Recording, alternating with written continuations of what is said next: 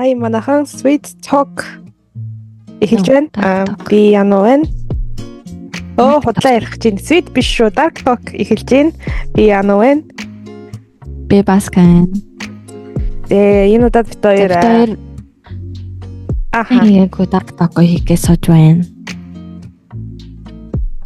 Харин амар удаан хийгээгүй. Бараг сүүлийн 2-3 сар хийгээг бах те. Тэгээд манай Баска манай нэлээд дээр үед болсон хэрэгүүдийг хэрэгбэлтэй. Би болохоор саяхан болсон хэрэг ер нь жоохон тийм хэрэг бэлдсэн байгаа. Хоёр биеийн хэрэг мэдгүй л яваад байна ер нь.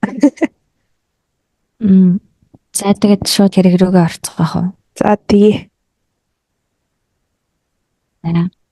За би 1997 онд болсон хэргийг ярих гэж байгаа. За энэ болохоор Японы Хёго мужийн Кобе хотод болсон хэрэг. За тэгээд энэ хэргийг болохоор Кобе Рензоку Жидо Сашожикен гэдэг юм нэртэй одоо Кобегийн хүүхдийн алга нэртэй алга байгаа. За энэ хэрэг нь болохоор Дунд сургуулийн 3 дахь анги буюу монголоор бол 9 дугаар ангийн эхлээ хүүхдийн үлдсэн 5 хүүхдийг алах гэж оролдсон. Хоёрыг нэг амь насанд амжсан тийм хэрэг байгаа. За энэ хэрэг нь хэрхэн яаж илэрсэн бэ гэхээр 1997 оны 5 сарын 27-ны өглөө 6 цаг 40 минутын үед энэ Кобе хотын нэгэн дунд сургуулийн манаач яг үүдэнд нь нэг юм сонин байгааг харсан юм байна л да. Тэгээ очиод харсан чинь тэр нь хүүхдийн 9 насны хүүхдийн тасарсан толгой байж таарсан. За тэгээд энэ одоо толгой олдохоос 3 хоногийн өмнө яг тэр тухайн дунд сургуультай ойролцоо амьдардаг нэгэн айл хүүхдээ алга болчлоо. Уул нь ойролцоох ингээд уулны дээр үйдэг. Телевиз антенлог гарсан чинь ерөөсө бодож ирсэнгүй гэд цагтаад мэдүүлэг өгөөд 3 өдрийн турш тасралтгүй тэр хайжсэн. Гэхдээ ерөөсө хүүхэд нь олдоогүй. Тэгсэн чинь 3 өдрийн дараа толгой нь тэнд яг тасарсан байдалтай ингэж болцсон байгаа. За тэгээ цагдаа нар ирээд тэр авийг ингээд одоо ингээд сансан чинь яг тэр телевизэн антины ойролцоо үлдсэн бие нь болцсон. За тэгээд толгой бие нь ингээд тасар болтоо нэг юм үл мэдэгдэх хүнээс захиа байсан. Тэр тухайн захиа нь болохоор одоо ингээд тоглоом ингэж эхэллээ те ерөнхийдөө ийм хүний амьд хүрсэндээ юм харамссан шинж ерөөсөй байхгүй. Тоглоом эхэллээ бараг ингээ намайг барь чадах юм уу хааны тиймэрхүү захиа олдсон. За тэгээд цагдаа нар тэрийг одоо нэлээд сайн хайсны үр дүнд яг нэг хүүхдийг сэжиглэж гаргаад ирсэн. Энэ хүүхд одоо үлдсэн байж магадгүй нэг хүүхдийг гаргаж ирсэн. Тэгээд яг тухайн бүсийг хариуцдаг юм цагаагийн эхлэлтэст нэг юм хүүхд хамгааллын ажилтан гэж хүн байдаг юм байна л да. Тэгээд тэр нь болохоор яг тагдаа биш учраас одоо тэр хүүхдийг хамтдаа цагдаа газар руу ингээд яваад ингээд ярь өгчөд ирээ гэдэг юм байдлаар тэр хүүхдийг яг ингээд очиод эсэгт нь уулаад тэр хүүхдийг яг цагдаа газар руу тэр хүүхд хамгааллын ажилтнаа авчирсан байхгүй. Тэгээд тэр хүүхдээс яриа авсан чинь ерөнхийдөө өөрөө тэр хэргийг хийсэн гэдгийг өөрөө хүлээн зөвшөөрсөн. Тийм ба. Тэгээд тэр хүүхд хамгааллын ажилтан нь бол ингэж ярьсан байхгүй. Яг хэрвээ зүгээр цагдаа тэнд очиод хүүхдээс чи яах юм а гэсэн бол мэдүүлэг авах гэсэн юм а гэсэн бол одоо мэдээж насан туршаагүй хүүхд учраас явуулахгүй байх магадaltaй. Харин хүүхд хамгааллын ажилтан очиод ингээд хамтдаа цагдаагийн хэлц дээр очиод мэдээлэл өгчөөд гэсэн учраас тэр хүүхд бараг ингээд цагдаагийн хэлц дээр ирсэн гэж дараа нь ярьсан байсан. За тэгээд тэр хэрийг хүүхдийн зөвшөөрсөн хүүхэд нь 14 настай эрэгтэй хүүхэд болж таарсан. 9-р ангийн хүүхэд. Тэгээд мэдээж 14 настай хүүхэд насан туршаагүй хүүхэд учраас ямар мэдээллийг нь одоо нийтэд дээл гаргах боломжгүй, бац хариуцсан нийл гаргах боломжгүй. Бүр тэр хоригчийн эсрэхэд ч гэсэн хэрүүдийн талаарх ямар ч мэдээлэл өгөх боломжгүй. Тийм болж таарсан. За тэгээд ингээд хүүхдийн амь насыг хүнгөөд бүр ингээд биеийн тасцсан тийм хэргийг одоо хин нэг өмгөөлөхгүй болохгүй штэ. Тэгэхээр нэг улсын юм өмгөөлөгч өнгөө тэр хэргийг ингээд авахаас өөр аргагүй байдалд ороод авсан юм билээ. Тэгээд тэр өмгөөлөгч бол тэр хүүхдийг болон тэр хүүхдийн эцэг эхийг мэднэ. Тэгээд тэр өмгөөлөгчнийх нь яриаар яг тухайн хүүхдүүд мархуу хүүхд байсан бэ гэсэн чинь ер нь бол ингээд жоохон их тийм үйтэн тэгээд нэг тийм жоохон айц бүр төрүүлмэр. Ерөөсөө тийм гинжсэн юм байхгүй тийм хүүхдээсээ ингэж хариулсан байсан. За тэгээд энэ хүүхдийг ингээд баривчлах ямарч боломжгүй. Тэгээд ингээд одоо нөгөө шүүх хурлын болоод явж байгаа аахгүй. Тэгсэн чинь энэ хүүхэд энэ одоо тухайн өдөр 5 сарын 27-нд болсон одоо хохирогч хүүхэд байгаа шүү дээ. Тэр хүүхэд нь болохоор 9 настай хүүхэд байгаа. Тэр хүүхдээс гадна бас 4 хүүхдийг амь насанд нь хүрэх гэж ордсон байсан. За 1997 оны 2 сарын 10-нд заяа 2 охины толгоор байна. Ямар цохиод одоо гэмтэл учруулсан байсан тодорхой болсон. Тэгээд бас 1997 оны 3 сар тухайн жилийн 3 сарын 16-нд нь нэг охины 10 настай л хүүхэд гөргий 10 настай хүүхдийн толгоор нь алгаар цохиод нөгөө хүүхэд нь 7 хоногийн дараа тархиндаа маш хүчтэй гэмтэл авсан учраас нас орсон. Бас нэг 9 настай охины хэсрүү нь байсан мэл жижигэн гутгаар юм бүлж 9 настай охины гидсэн тус газар нь гутгаар бүлж бас гэмтэл авчруулсан байсан. Тэгээд яг нөгөө 5 сарын 27-ны өдөр би энэ болцсон 9 настай хүүгийн хэрэг. Тэгээд ийм 5 хэрэг яг үйлдсэн ил болсон. Тэгээд тухайн шүүх хурлын хариу нь яаж гарсан бэ гэхээр энэ 14 настай хүүг болоод одоо донсдгцэн эмгэгтэй гэж тогтоосон. За энэ эмэгийн болохоор одоо attachment disorder гэдэг амар хэрэгтэй шүү дээ. Тийм эцэг эхээсээ хайр аваагүй өссөн. Тэгээд ингээд тий яг тийм attachment disorder тэгээ нөгөөх нь болохоор sexual sadism гэж тодорхойлсон. Тэгээд энэ үгтэйг юм эмнэлэгт одоо нөгөө шийдвэр гарсан. Тэгээд энэ мэдээж амар харамсалтай шүү дээ. Ингээд 2-2 хүүхдийн хүүхдээс бол нас орсон. Тэгсээр нэг хүүхэд эмнэлэгтээ л дуусч байгаа хгүй. Тэгээд хохирчаар гэрийнх нь ингээд аваад заалдаа шүүгч ингэж явсаар байгаад одоо нөгөө одоо гэхдээ энэ хүүхдээс юу байхгүй шүү дээ. Ямар нэгэн шийдэл болохгүй. Тэгтээ өөр нөгөө мөнгөн шазаар явагдсан шүү дээ. Одоо барагдуулахад тийм мөнгөн шитгэл тий. Энэ мөнгө нь болохоор яг тухайн одоо нөгөө биеийн салдан олдсон хүүхдийн хувьд болохоор 100 сая yen гэж тогтсон юм байна. Тэгээд гэхдээ энэ мөнгө ерөөсөө ингээд мэдээж барагдуулахгүй ингээл амар ууцуу нэг хар нэг хэдэн мянган төгрөг хэдэн мянган ингээд орж ирдэг нэг тийм байдлаар төлж явдаг байсан гэсэн. Энэ хүүхдийг нөгөө нэг ээжээсээ хамааралтай тийм attachment disorder буюу одоо ийм хайр халамж гэдэг. Тэгвэл тий одоо нэг тийм ээжээс хамааралтайгаар ийм гэмтсэн нэг тийм юмтай гэж уншилсан шүү дээ тий. Тэнгүүд тэр сэтгцэн эмгийн совилогч нь эдийг нь орлоод энэ хүүхдтэй ингэж ээж шиг ингэж харьцаж яадаг байсан мөлий.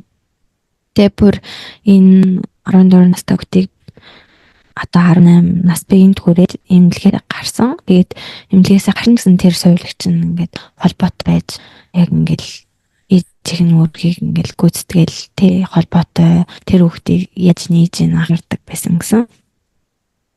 За тэгээд нөгөө хүүхдтэй ингээд эмнэлгээс гарах боллоо. Тэгээд одоо Японы хуулиар бол ерөөсөө асан дүрээгүй хүүхэд гэмтэр өгүүлсэн бол тэр хүүхдийн талаар ямар ч мэдээллийг хохирогчдын гэр бүлд өгдөггүй байсан юм байна л да. Тэгээд яг энэ 9 настай хүүхдийн амиа алдсан хэрэгээс хойш тэр 9 настай хүүхдийн аав нь болохоор эмчгүн байсан.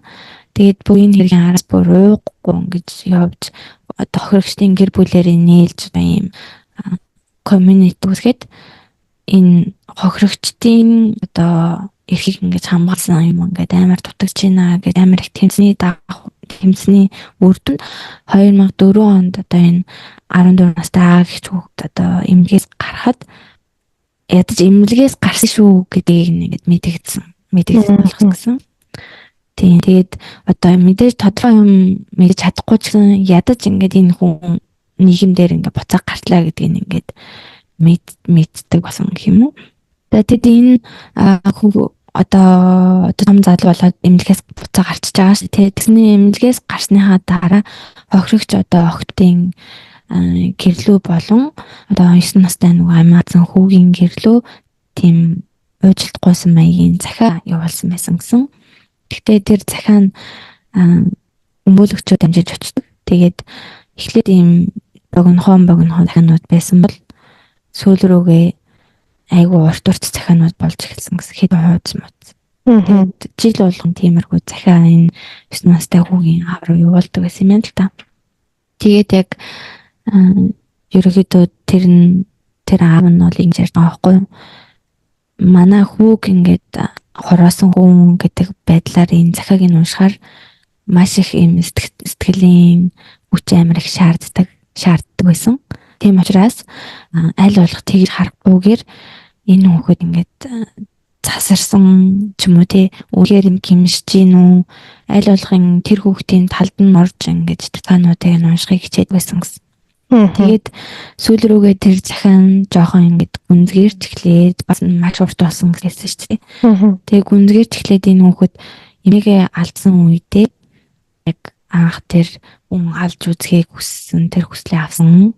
Тэгээд дээрэс нь эмээгийнхаа одоо нас орсон зургийн өмнө агуу та юм сексийн таашаалыг мэдэрсэн гэдэг тухайга нэг хандад дурдсан байсан юм л та. Тэгээд тэрнээс нь тиймэрхүү одоо гүнзгий агуулсан тийм захиа авч эхлэнээс хойш аав нь одоо энэс цааш бид нэр захиа хүлээж авмааргүй байна гэж тэр захиаг нь хүлээж авах болсон юм лээ.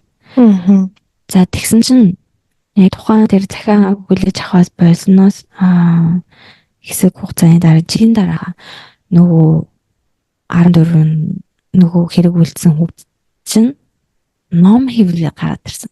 Яна.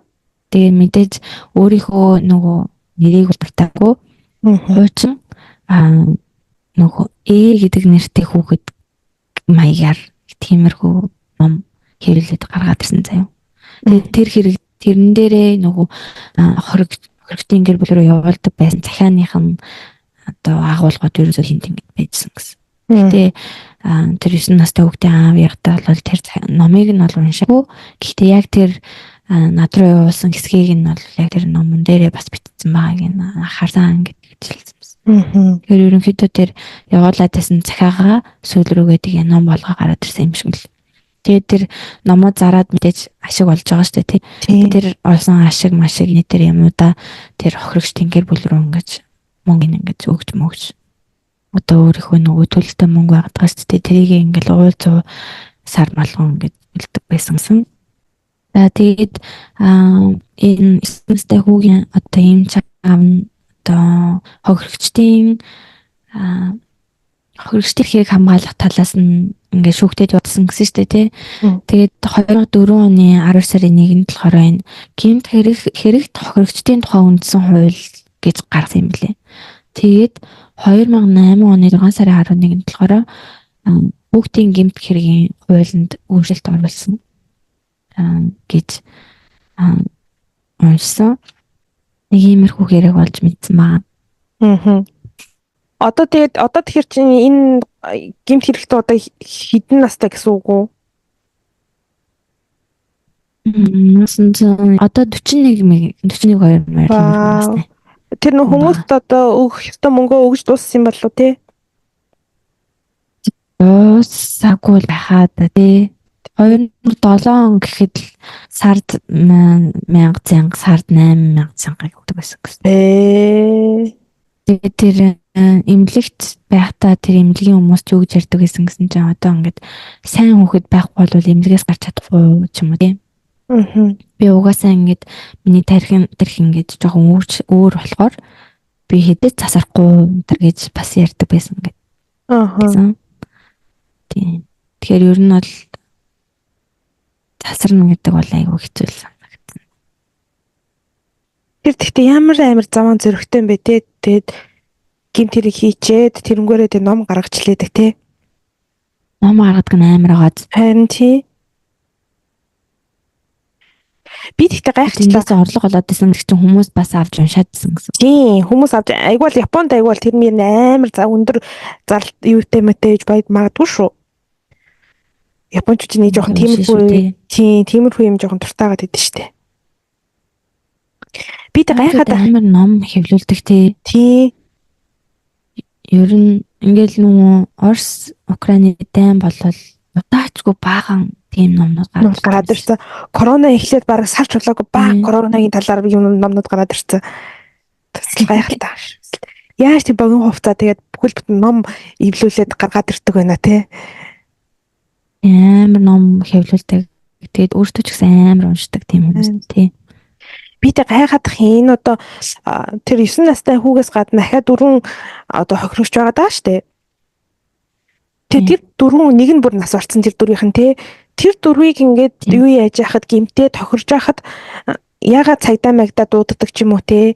Ямар нэгэн тийм үйлдэл хийгээгүй бол эсвэл хийсэн болов? Тэр мэдээж нөгөө цагдаа магдаа дуудаж юм хийсэн юм шиг байна. Гэтэ нөгөө нэг үйлдэлийг хийсэн өмнө олдохгүй л яваад байсан юм шиг. Гэмт хэрэгтний олдохгүй яваадсан юм байна тий. Тэгээд тэр хүүхдээ яг авчилж аваад тэр хэргийг бас зүйлсэн гэх нэг тодорхой бол гарч ирсэн юм шиг л. Жохон гайхчлаа. Тэгээд надад бас айгүй тийм мундаг санагдсан энэ хоригчийн гэр бүлийнх нь бүр амар юм хүчтэй санагдсан. Бүр ингээд хуулийн хүртэл ингээд өөрчлөх гээд ингээд зээл яваалраас нь явсараагаал тий 10 жилийн дараа жоохон ч өөрчлөлтийг үзээл тий. Яг тэр нь бас тий тамийн гол нь бас сонсож өгчлээ л та тий бас.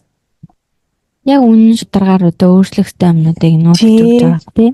Манайд одоо тий мянга тэгж яваад үтгээд ерөөсөө тийм өөрчлөгдөх ямар ч тийм юуг байгаад байна шүү дээ. Тэрнээс Монголд одоо талаа хитрхи харамсалтай хэрэгүүд бол зөндөө гарч ирж тээ. Тэгээ Монгол бас ингээд нөгөө хохирогчдын гэр бүл нь л ингээд царайдсыг гаргаал тэгээ мэдээлэл гаргаа тэгэл ямар нөгөө нэг гэмт хэрэгт холбогдсон хүмүүсийн мэдээлэл нь айгүй бага хэсэгдэг юм шиг санагдаж байна. Үгүй юм шүү. Манай харин ямар ч тийм цензургүй юм шүү. Сая нэг 2 жилийн өмнө илүү нэг шоронгоос гарсан этгээд юу яагаад нэг айлын охиныг хулгайлж авч яваад тэгээд нөгөө охиныг нууг нь цавих гэжсэн гэлөө яах гэжсэн гэлээ тэгсэн чинь нөгөө өнөр цэцэг эдэр чинь баахан мэдээллээр тараагаад энэ хүн ингэсэн тэгсэн гэд бүх мэдээллийг тараагаад тэнгууд нөгөөхт нь сандарсандаа авч яваа тэр охиныг алчдаг. Тэгээ алангууд амиа оролцсон. Амиа орлох гэж оролцсон тийм нэг хэрэг гарсан шүү. Манайд болохоор тийм хохирогчийн тэр юуг хамгаалах эсвэл тэр гэмт хэрэгтний тэр нүүр царайг хамгаалах гэсэн ямар ч тийм тогтолцоо бол байдгүй юм шиг санагдсан. Би тэгээд одоо тэр тэгтээ бас жоохон хэцүү маа дээ насанд хүрээгүй хүн амны хэрэгт орчоо хүн амны юу гэдэлээ хүний амь хөнөөчөөд юу ярьчаа гэд насан туршаагүй ч гэсэн хүний амь хөнөөчөөд тэгээд дараа нь ингээд зүгээр ингээд гарч ирээд те ингээд нийгэмшээд ингээд явж болдог гэж бодохоор нэг сонин санагдаад ах юм. Чи хүрээгүй ч тэр чин тэгэл хүний амь хөнөл бол хөнөөсөн штэ. Тэгээд дээрэс нь бүр санаатай. Тэгээд тэр гэдэг хүүхдийг өмгөөлж бас хэлж байгаа байхгүй. Ер нь бол засарсан гэж бодож гин үү гэд. Гэсэн үгүй гэж тэр өмгөөлж нь бас хариулсан байна. Яана. Ер нь бол сэтгцийн эрүүл бол биш л байхгүй тий. Би тэгтээ тэр ээж авыг нь одоо тэр 9 настай хүүгийн ээж авыг бол ямар амар сэтгэлийн хаттай байл гэж бодоод байна. Тэгээ тэрнээс тэгээ явуулж байгаа тэр цагтлын нэг аваад уншчихлээ гэдэг. Тэгээ Тэгээ уншихтаа тэр аль болох тэр хүүхдийн талд орно гэж уншихыг хичээсэн гэж ярьж байгаа байхгүй. Тэр нь амар байгаад тэгээд тэр охирогчийн аав нь юу яасан байсан нөгөө стрессээс болоод үүсдэг тийм жоон сонсголоо алдах юм уу? Сонсгол нь муудах тийм өвчин туссан гэж тэгжсэн. Оо яна. Иви. Тийм. Амар юм бэ. Стам мухаммад тэгээ ер нь хэцүү мөө гэл ийм хэрэг хийсэн хүмүүс. Тэгээд бас ямар ч юм дээ одоо юу гэдэг ийм хэрэг хийсэн одоо чи цааш одоо юу гэдэг ингээд зааж арай. Миний хэлэх гээд байгаа юм гэхээр тэр хүн ингээ хэрэг хийсэн үнэн те. Гэхдээ тэр ингээ идэлх хөстэй ялаа идлээд гараад ирсэн нийгэмдээ гараад ирсэн. Тэнгүүд одоо тэр юуныг уг нь бид нар одоо юу гэдэг ингэж гадуурхах ёсгүй байгаа байхгүй те. Бас л тэр чинь хүний эрхтэл байгаад байгаа шүү дээ. Адилхан хүн юм чинь нийгмийн нэг хэсэг юм чинь. Тэг гадуурх ёсгүй гэдэг би ингээ мэдээд байгаа ч гэсэн эсрэгээрээ ингээ тэр хүн одоо юу гэдэг өмнө нь нэг тийм үйлдэл хийсэн хүн миний хажууд ингээ зүгээр суугаад байх надад бас айгүй эвгүй санагдаад.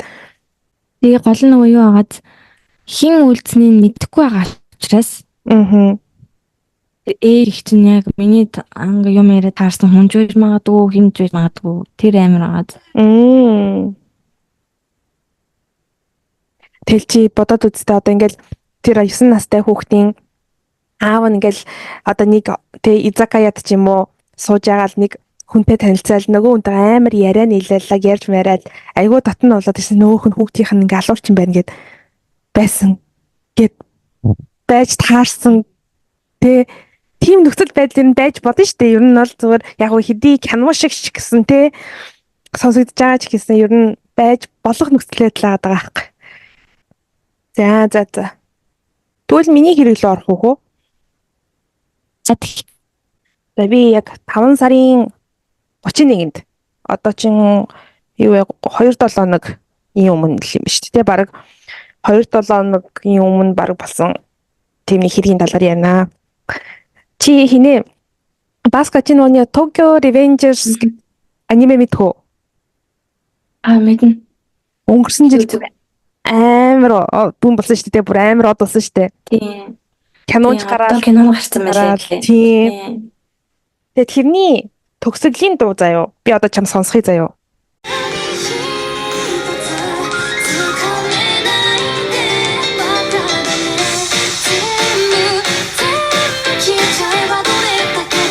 Энэ төгсгөлийн дууг одоо зохиосон дуулсан гэх юм дуулсан ч гэх нь хайшийн одоо энэ Цую гэдэг хамтлаг энэ дууг дуулж байгаа байхгүй юу? Хийж байгаа байхгүй юу? Энэ дуу хийсэн хүн сая 5 сарын 31-нд шоронд орсон байхгүй юу? Шалтгаан нь яасан гэсэн чинь Токиогийн Накано дүүрэгт байдаг Накано илүү. За яарэ.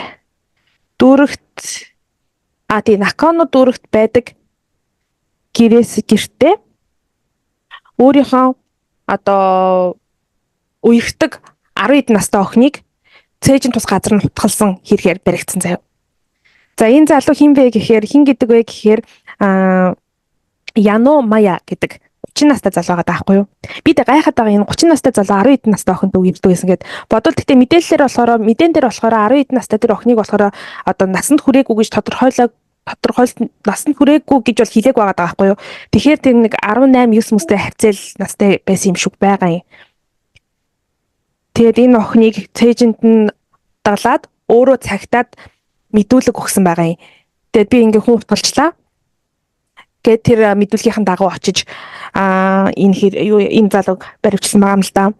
За тэгээд энэ Яно Мая гэдэг залуу одоо яг хэн бэ гэхээр YouTube дээр болохоор Бүссү гэдэг нэрээр юу айгу алдартай юм билэ. Тэгэд өөрийнхөө одоо энэ Цуюгийн хамтлагаараа болохоор ерөнхийдөө YouTube дээр сая 300 дагагчтай одоо сүүлийн бүр амар алдартай болж ярьжсэн заяо. Тэгээд ерөнхийдөө цаашдаа ингээд Япон улсаар ингээд энэ тоглолтоо хийн мэн гэд төлөвлөлтөй байсан ийм хүн юм байна л та. Тэгээ энэ болохоор Яно нь болохоор ерөнхийдөө Укаяма гэдэг аймагт төрж өссөн. Дунд сургууль хүртлөө тэнцээ суудаг байсан. Тэгээ дунд сургуультай болохоор одоо нөгөө холын мархан гүйлтийн юм хүнд явдаг. Ер нь амар тийм нэг юмдээ шаргуу тийм төрлийн хүн байсан юм байна л да. Тэгээ ахлах сургуультай шилжиж орчоод ерөнхийдөө гитар гэдэг юмтай танилцаад Энэ гитаранд бүр ингээ амар донцсон гэж байгаа байхгүй юу? Хичээлээ хийхээ болоод сургуультай явхаа болоод ерөөс өдөржингөө гитар тоглож суудаг байсан. Тэгээд гитараа сурахын тулд ерөнхийдөө энэгээрээ мэрэгжил эзэмший гэж бодсон юм шиг байгаа. Тэгээ Уусакалаа нүсэн гэж гэрээсээ яваад. Тэгээ тухайн үед болохоор ээж аав нь болохоор ер нь зөвшөөрөөгүй. Тэгээ тэр үед яг ээж аавдаа юу гэж хэлжсэн бэ гэхээр би та нарт одоо бурхан болж үзүүлнэ. Яаж бурхан болж чаддгийг тэг яаж юм чадвартай хүм одоо юу гэм хаан болж чадахыг би та нарт одоо яг амьдаар нь үзүүлээгээд ганцаархнаа Уусака дээр амьдарч байсан гэж байгаа байхгүй юу. Тэгэл ахлах сургуулийн хүүхэд гэхээр ч одоо дөнгөж 16 17 хүүхэд байгаа шүү дээ тий.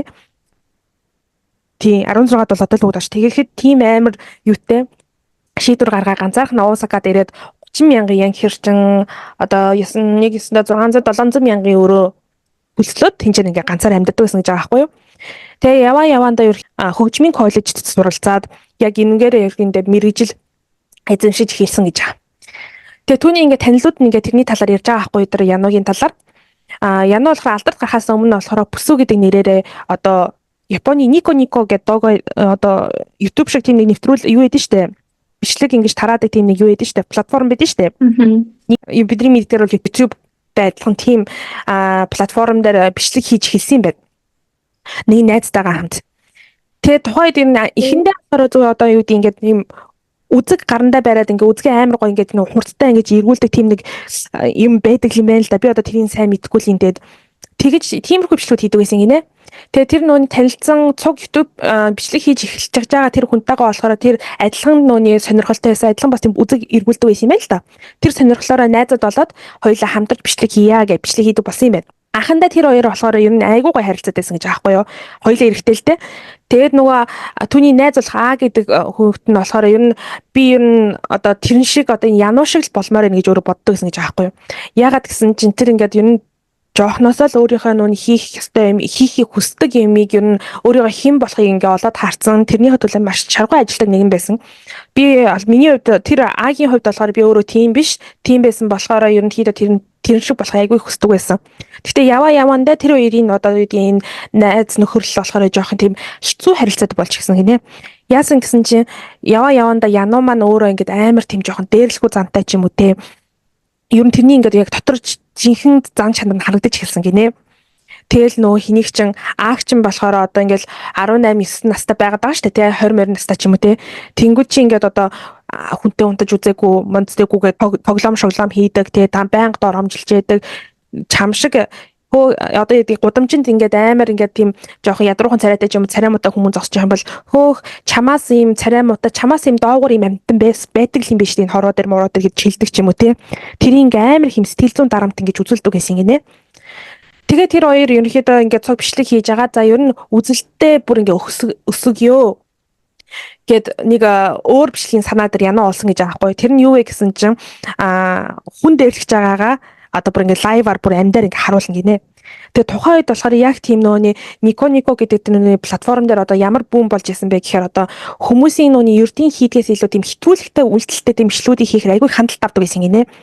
Тэгээ тэгэж хандлт авч өөртөө алдартай болохыг гэж тэр хоёр шийдээд тэр хоёр жоохон Янун шийдээд тэгээд Янун ингээ чи дээрлэхүүл би дээрлэхий гэдэг тийм шийдвэрийг гаргасан гэж. Яг анхны одоо тэр лайв дээр болохоор лайв эхлэхээс өмнө тэгсэн гэж байгаа байхгүй юу.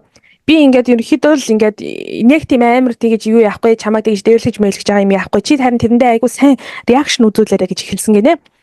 Тэр хоёр дээр ерөнхийдөө лайва яг ингээ хийгээд эхэлсэн чинь бүр амар хэцүү байсан гээ өөрөө тэр ингээ ярьж байгаа байхгүй одоо нөөний юунд мэдүүлэг интервью өгөхдөө тэгээ тэр Агийн тулгоон дээрээс тэр Яну гэдэг нь болохоор одоо кола асгах ч юм уу эсвэл өндөг мөндөг хагалах дээрээс нь одоо нөөний өсний сэнс ингээ халуунаар ингээ үлээд нь штэ тэр ингээ арьсан дээр нь шууд ингээ нааж үлээл гэж түлж мүлэх ч юм уу тиймэрхүү байдлаар дээрлэгч чаа тэгж бичлэгээ лайваар хийдэг гэсэн гинэ. Тэгээ нэг удахгүй тэр хоёр бичлэгээ хийхээ болоод манай Яну маань одоогийн яг энэ Цую гэдэг энэ хамтлагийг байгуулахын тулд ер нь байгуулах болоод нэг компанида тийм entertainment компанида гэрээ хийхээр болоод тэр хоёр бичлэгээ хийхээ болсон гэж байгаа. Тэгээ яг ингээ гэрээгээ хийгээд дууссан чинь Яну болохоор тэр ад юу гэж хэлсэн бэ гэхээр тэр чип дээр одоо тэр нууны дүндэлгч лайв маягийн талаар чи энийг хинч хийж болохгүй чи амаа татаж яваарай гэдэг байдлаар ерөөхдөө ад сүлдүүлэг биш юм а гэхэд ер нь зөвөр тийм жоохон дарамт үзүүлсэн гэдэг жаа. Тэгээд Цуюу гэдэг хамтлагаа эхлүүлээд тэрний ерөнхийдөө карьер бол амар сайн явсан. Анхандаа тэрийг бол хийнч мэдтгүй байсан. Тэгээ хийнч тооддоггүй байсан ч гэсэн тэрний одоо гэдэг чадвар нь үнэхээр дуу бичих одоо үг бичих чадвар, ая зохиох чадвар нь үнэхээр сайн байсан гэдэг жаа. Тэгээ цуюу гэдэг нь одоо ямар хамтлаг вэ гэхээр дотроо ингээ 3 гишүүтэй хамтлаг юм байна. Тэгээд ерөнхийдөө нүуний Vocaloid, Японы болохоор Vocaloid гэдэг байгаа. Англиар болохоор Vocaloid гэдэг байгаа байхгүй юу? Тэгээ Vocaloid хамтлаг юм байна л да. Тэгээд тэр Vocaloid гэдэг нь яадаг юм бэ гэхээр одоо нүуний дуучингүү заяа. Дуу нь тэр дуу дуулж байгаа нь болохоор AI компьютер ерөөсөө. Тэгээд энэ платформ дээр дуу болон одоо ая болон үгээ оруулангууд тэрийг ингээд айгүй тийм гоё хоолоор ингээд дуулж өгдөг тийм яг софтвер байдаг юм байл та, платформ байдаг юм байл та. Тэрнгээр тэгэж дуунууд зохиод юу гаргадаг. Тэгээд яг одоо нүуний айгүйх тийм Японд тийм underground маягийн тийм нүуний хамтлагууд айдолууд ч юм амар их байгаад байдаг шүү дээ тийм. Нэг тийм яг ил хүмүүстэй амар тийм юу яагаагүй алдартай болоогүй танигдаагүй тэгсэн мөртлөө яг өөрсдийнхөө сонирхдаг хүмүүстэй болохоор маш сайн танигдсан айгүй олон тийм үнэнч фэнтэй тиймэрхүү хамтлагууд байдаг шүү дээ тийм. Ер нь тийм төрлийн хамтлаг байсан юм шиг ба.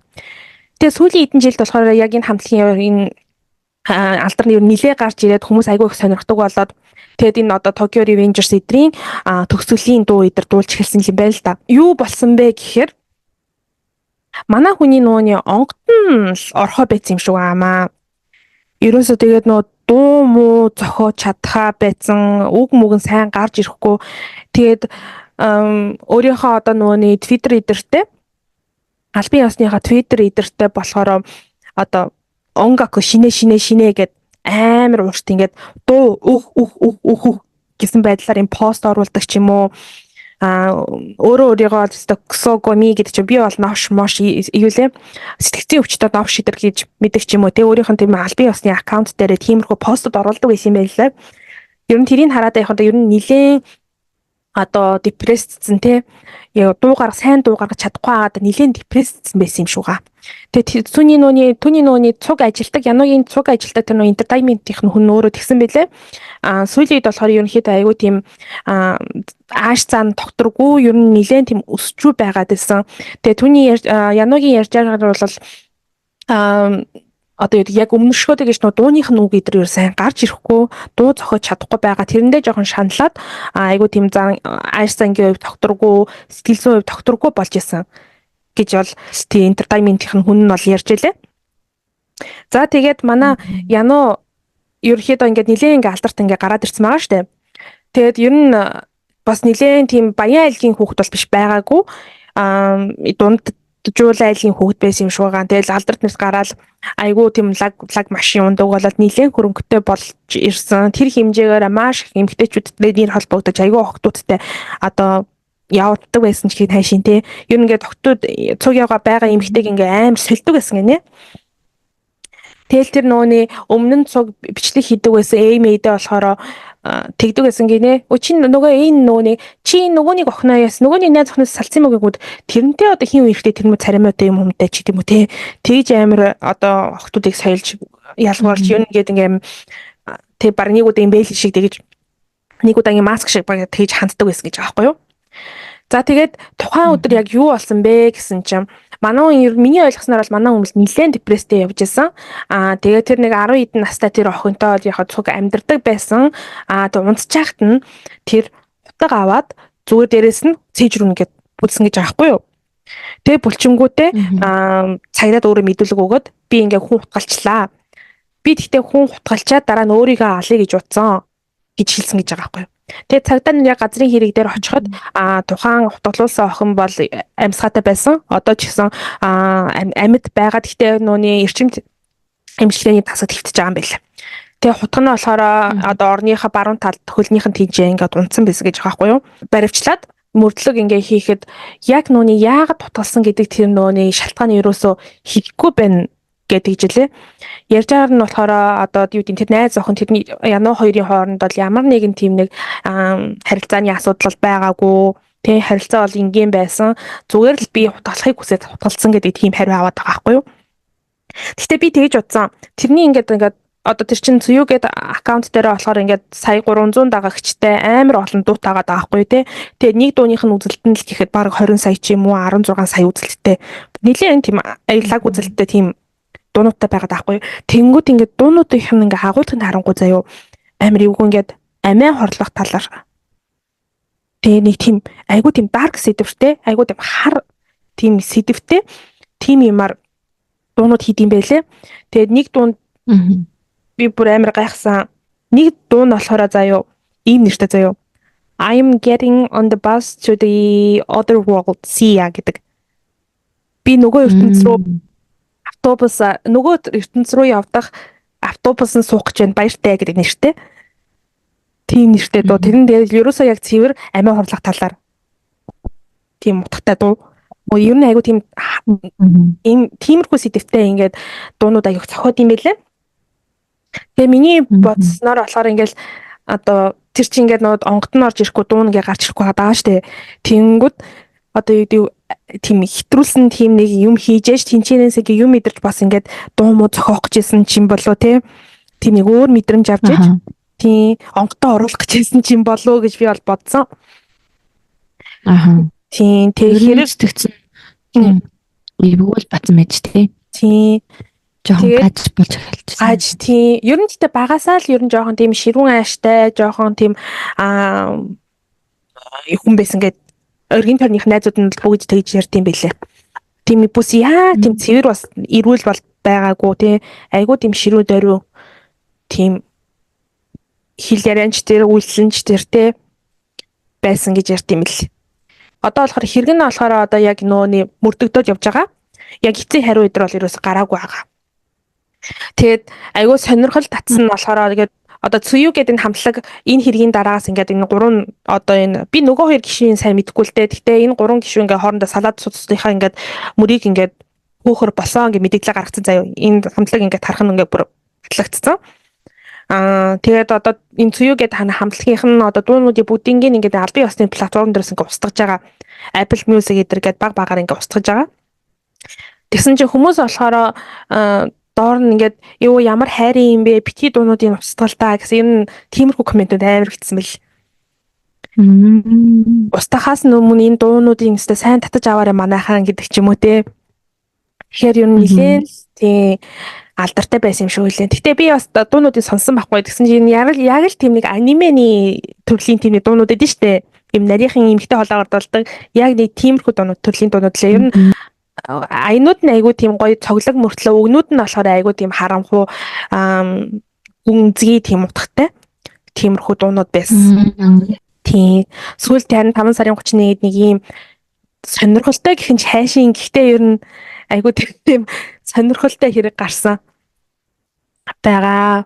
Энэ Яно Мая гэж юугийнх нь алуурчны ч гэдэм одоо гэмт хэрэгтний царай би энэ гээд зургийг хийчи. Ер нь амар царайлаг тэр нөөний хинтээ Солон Сайдл маягийн тим царайтай санагцсан. Яг хөтээд бас Японч бас тэгээд цараймаараа бас их хардын чинь тэгээд алтартай яхах нь харахгүй л юм байна даа л гэж бодсон доо. Би нэг ийм хэрэг сая олж мэдээд тэр охин тэгээд нөгөө зүгээр байгаа нашгүй тий амнаас нь.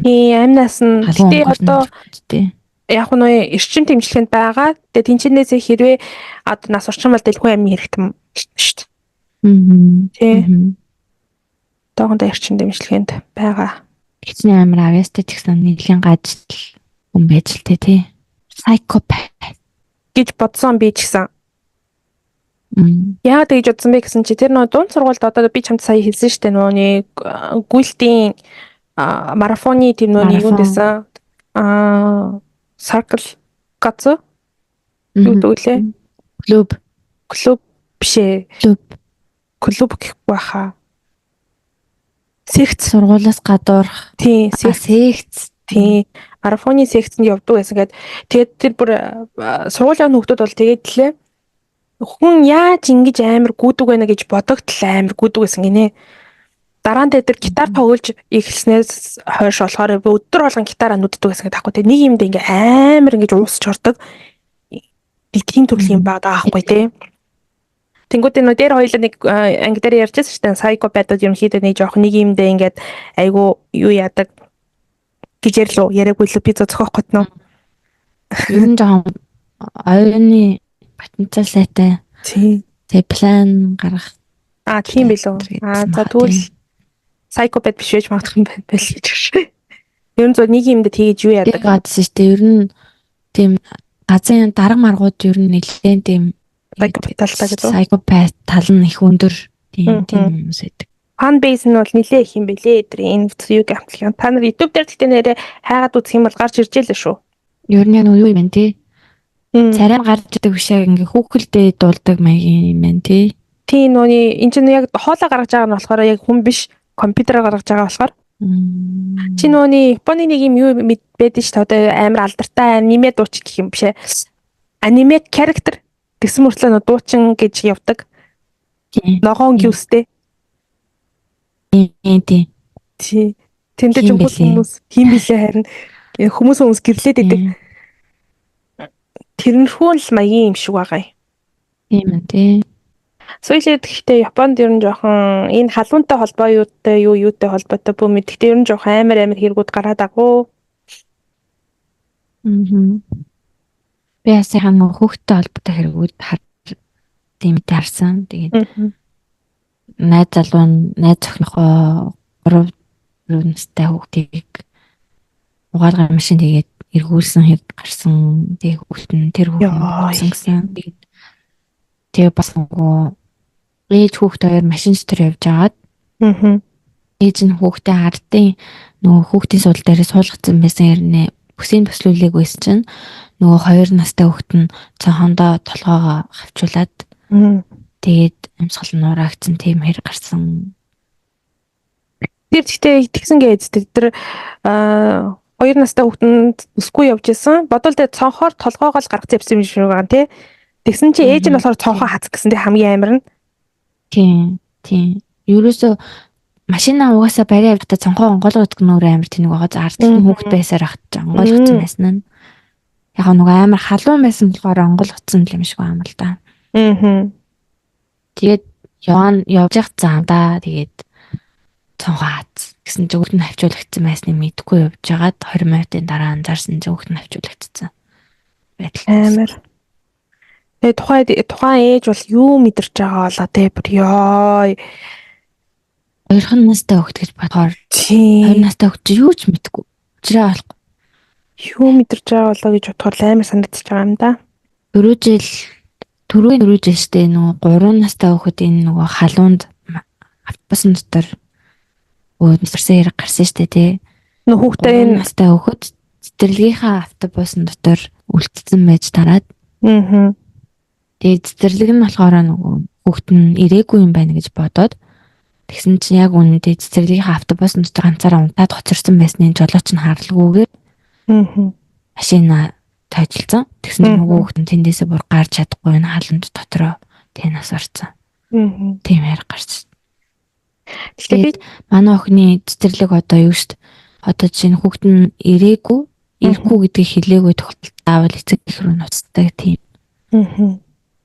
Тэрнээс бараад хэлсэн баха гэж бодсон. Тэгэхээр наа чи ерөнхийдөө тийм байд юм шүү. Нийтээрээ ерөнхийдөө тийм байдагч байж магадгүй. Тэгээд тэр цэцэрлэг бол нөгөө хүүхэд нь ирээгүй гэж бодоод эцэг рүү нуцдаг тийм юм байхгүй. Тийм тэгээд эцэг их нь бол цэцэрлэгт өгөө явуулсан байгаа штэ. Тэр чинь ингээ автобустай бас тайзгүй цэцэрлэг байгаа байхгүй. Би тэгтээ сая чиний хэрийг сонсоод бодсон юм нь юу гэхээр нөөний бас л гэр бүлийн харилцаа заагаад байгаа юм л да. Монголд саяхан штэ нэг тийм төстэй хэрэг гарсан штэ нөөний дунд сургуулийн хүүхдүүд нэгнийг утгаар туссан хэрэг. Сая нэг хэдэн сарын өмнө тийм гарсан. Нийлж аваад нэг хүүхдийн хутам утгалсан гиз мэдсэн гэртээ нөгөө хүүхд нь хөөрхөн юмтай. Тэг утгалуулсаас нь хөөрхөн юмт нь орой гэрээс гэртээ ирэхгүйс гинэ. Тэг гэртээ ороод ирсэн чинь ингээд авах бицэн яатсан нүд амаа амар зодуулсан. Тэгэд юу хажуу талынхаа бөөрнийхээ хавирганыхаа тэр авир ингээд утгалуулсан орж ирсэн гэд. Нэг тийм хэрэг гарсан штэ. Тэг тэр хэрэгтэй ер нь амар төстэй мал гэж бодлоо. Тээж амаа зарга марга хийгээд яваад байгаа юм шиг үлээ тэр хэрэг дээр бол. Амар байгаа эзтэй хүүхдтэй тэгэж хандж ийн гэдэг чинь тэд нар чинь уг нь одоо одоо ямар ч тийм нөө муу юм арайхандаа суугаагүй цав цагаан цааснууд л байх хэрэгтэй шүү дээ тий ер нь бол. Тийм. Тэгэл ер нь л юу л ах л та тий гэр бүлийн тэр нөгөөний байдал боловсрол тий эцэг эхийн харилцаа тиймэрхүү юм дээрээс болж тийм үйлслүүд гаргадаг байхтаа л гэж бодлоо. Би нэг юм судалгаа уншсан чинь тэгсэн мэтлээ. Ер нь хүүхдийн яг 1-3 насны амар чухал. Тэгээд 1-3 наснд нь хэрхэн хайр халамж өгч जैन. Тэрнгээр ер нь хүүхдийн яг тэр цаашдын ирээдүйн амар хамаардаг гэд. Тэгээд одоо энэ одоогийн үеийн одоо энэ өсвөр насны хүүхдүүд яагаад ийм амар сэтгэл готролтой байгаад байгаа энэ тэр ерөөсөө энэ нөгөө ээж нь хурдан ажилдаа орчдөг. Хурдан ингээ биеийн даалгачдагтай амар холбоотой гэд. Гэтэ энэ дээр яг зөндөл янз бүрийн судалгаа байгаа л да. Гэхдээ яг нэг тийм судалгаа уншсан шүү дээ. Номон дээр. Тэгээд бас магадгүй гэж бас бодогцсон. Тэгээд өөрөө сохно амар эрт цэцэрлэг төгсөн байгаа болохоор аль болох нөгөө хамт байгаа цагаа хүүхдтэй амар сайн анхаарахыг хичээдэг шүү дээ. Гэтэ одоо юу гэдгийг тэр бас асуудал байгаа. Манайд бас ахаад нэг өөр асуудал байгаа. Ер нь айгуу тийм асуудалтай гэр бүл зөндөө байгаа штэ. Эцэг их найхнаар суудаг ч юм уу. Манайхан ч дээр нөгөөний хүүхдийн өмнө хэрэлдэж болохгүй болгүй гэсэн. Ерөөс ямар ч тийм ойлголт байхгүй штэ. Яг хүүхдийн өмнө хэрэлдэж зодтолтол ээж аав нь зодтолтол тий аав нь ээжийн нүдэд ч юм уу тий яг нэг тийм үйлслийг харуулж яадаг тий. Тийм цензур байхгүй. Асуудал амар асуудалтай тий Монгол тий. Банд бол ер нь арх байх ерөөсөө тийм буруу яг зөв бодог учраас үс тийм их дуртай гэдэг нь баг хобби болгож хийдэг хүмүүс ихэдэг тий. Тийм яг тэгэл агсан согтуу тавиал хүүхдүүд зовоод байдаг биш болохоор Японд л гэдэг яг үнийг хэлэхэд бол өдөр болгоо ууж байгаа тий хүмүүс бол ажиллаа тараал ер нь бол өдөр болгоо уудаг тий. Гэхдээ уух хугацаанууд юу гэдэг нэг глаз пив гэртээ очиод их нартайгаа хамт уудаг ч юм уу тиймэрхүү гэр бүлүүд нь жоохон их юм болоо гэж би бол хараад байдаг байхгүй юу. Тий. Яг тийм нэг хэмжээгээ хэтрүүлэхгүйгээр маргаашийнхаа ажлыг бодоод ч юм уу нэг тиймэрхүү байдалтай уугаад байдаг юм шиг санагдаад байдаг шүү дээ. Манайх болохоор тэл юм үзээгүй юм шиг өдөр яжаа ууж байгаа юм нь болохоор 39 градус цагаан архич шүү. Нөөх ямар ч даруулгагүй те ёо. Яаж амаар нь тэр ортын болоо би нэг хуудаг байсан юм шиг. Яаж ордог байсан юм бол миний амаар дээр нэг Японы нэвтрүүлэг дээр монголчууд хэрхэн архийг уудаг талаар гаргаад. Тийм. Тэгсэндээ ингээл уучдаг. Үгүй нэг юм амар сайхан юм сурчиж байгаа юм шиг ингээд амар гаргасан ярьж байна. Амар сонин нэвтрүүлэг ёо. Яг тэр нэвтрүүлэг гаргасны дараа би сургууль дээр нэг цусмасаа өгөх гэж яах гэж нэг баахан хүмүүс ирсэн. Тэгээ цусмасаа өгийгээд тэнцээ зогсчихсан байхгүй тэгсэн чи тэрний дээр ажилт нь ёо чист амар сайн уудаг гэсэн танаа монголчууд амар уудын билээ шүү те. Мэг уудас бүр амар тэгээ би зургатаар үзсэн шүү гэдэг тэгэхгүй юу. Тэнгүүд миний дургуй өрөөд яг үндэ ингээ ууж байгаа хэмжээгээр ярих юм бол Япончууд илүү их уудаг байхгүй өдөр болго уудаг. Бид нар ч болохоор өдөр болгон бас ингээ уухгүй байгаа шүү те. Зөв нэг уултараа л амар их уучаад байгаа болохоос ш.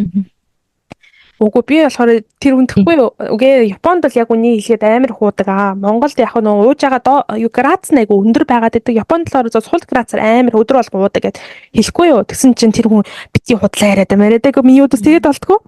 Ингээд дургуй өрөөд Канад Японоос очин дандаа зохио тавилттай байдаг үстэй гэсэн.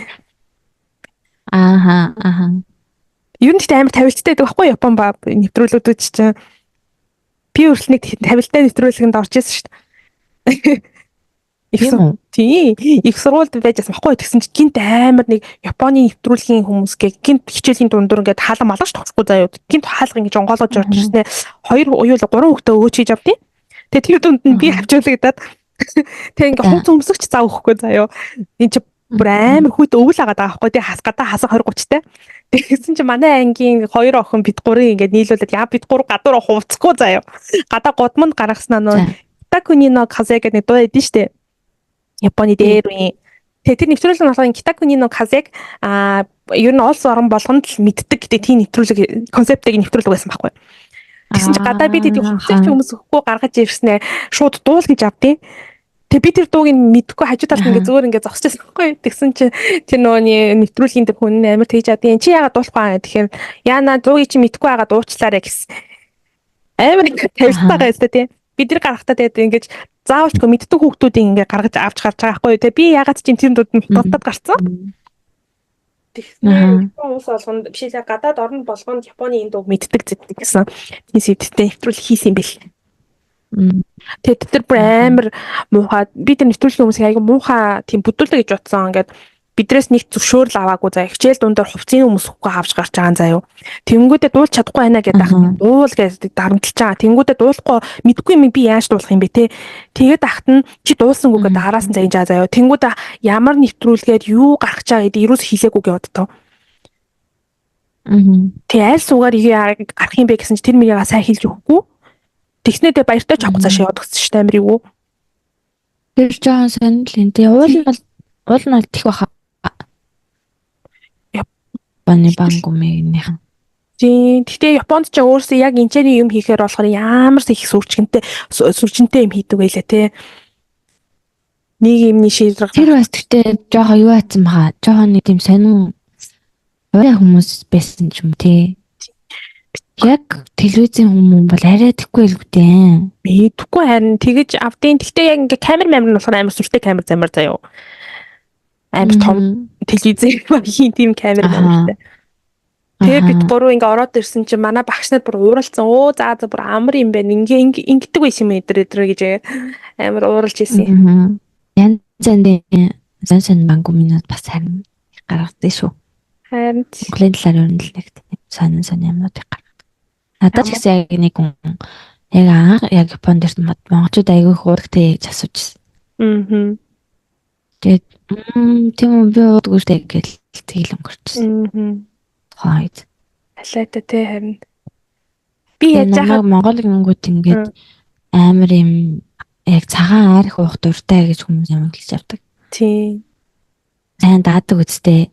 Баг ингээд цагаан яг Япон саке ууна үстэй гэж амар тэгдэг. Би бол тухайн үед нэг 19-20 морьтой л хүүхэд байгаа зав. Тэгэхэд надад тэгж байгаа байхгүй амар гостой. Минийс ч бас тэгтээс нь уудаггүй гэхэд бас хүн итгэхээр царайтай.